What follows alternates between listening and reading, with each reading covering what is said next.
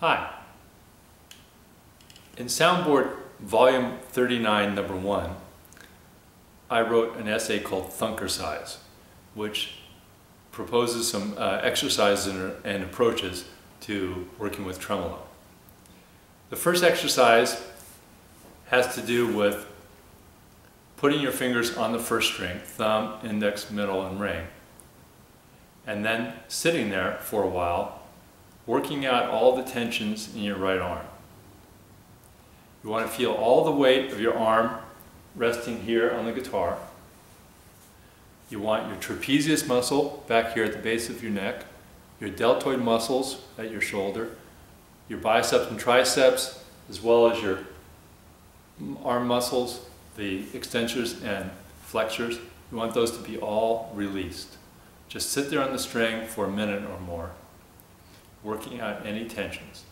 You want your arm to be completely quiet and rested. When you have done so, observe a few features with your right hand. Ideally, you want the knuckle of your index finger to be perched pretty much right over whatever string that finger is playing.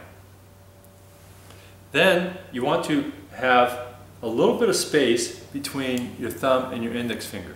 You don't want your thumb and your index finger crimped up like so.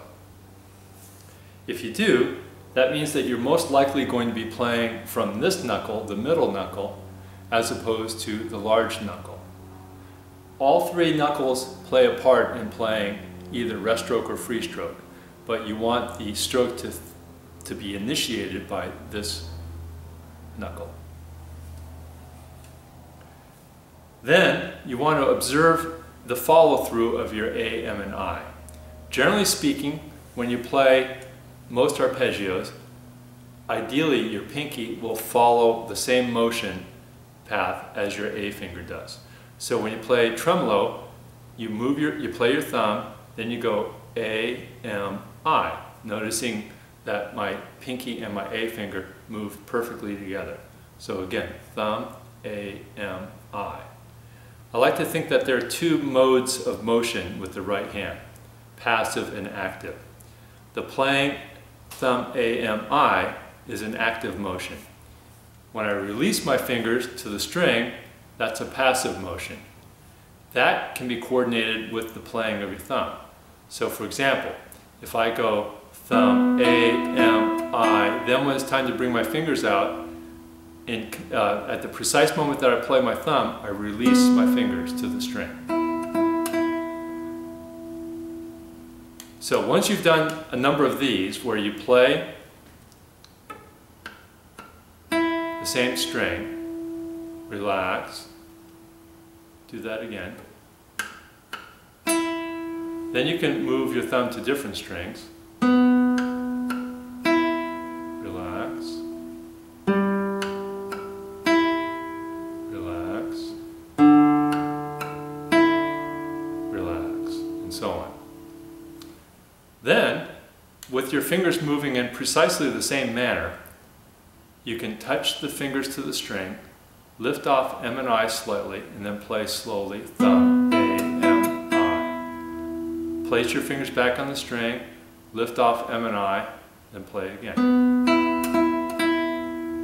Each time observing the way that your fingers move should be exactly as you did then, except now you won't be touching the string until you play it. Another major important issue is that your fingers, hand, arm, and elbow work as one unit. Your thumb is independent. So what that means is that when you change strings with your thumb, your arm should not move with it. Your arm should stay steady over whatever string A and I are playing tremolo on. So if you were to play different strings, you should see something like this.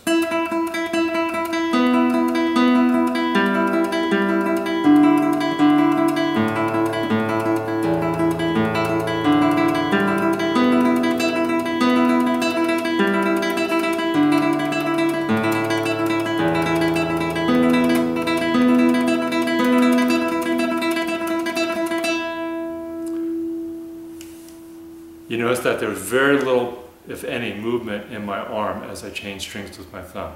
You don't want this motion happening. You want this motion. Finally, when it comes time to apply tremolo to some exercises, one of my favorite exercises is to play a scale, a C major scale, with different intervals, with the thumb playing the lower note, A, M, I, tremolo on the upper note. So I might play a C major scale in octaves with this result.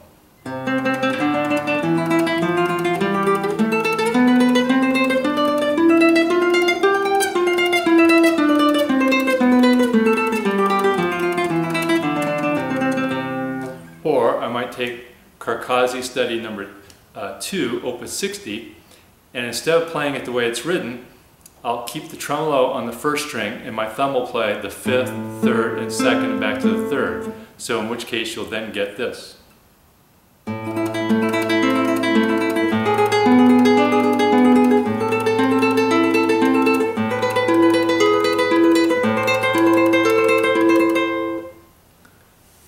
Before you play the piece or etude continuously, you might want to break it into one measure segments in this fashion. Then release everything. Next measure. Relax. Next measure. And so on. Always going back to that motion of relaxing your arm, feeling your arm be completely quiet. Once you do that, then another thing to experiment with is playing super, super soft, something like this.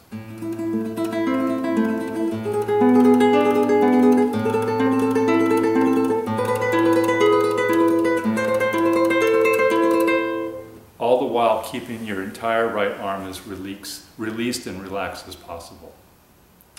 I hope this helps.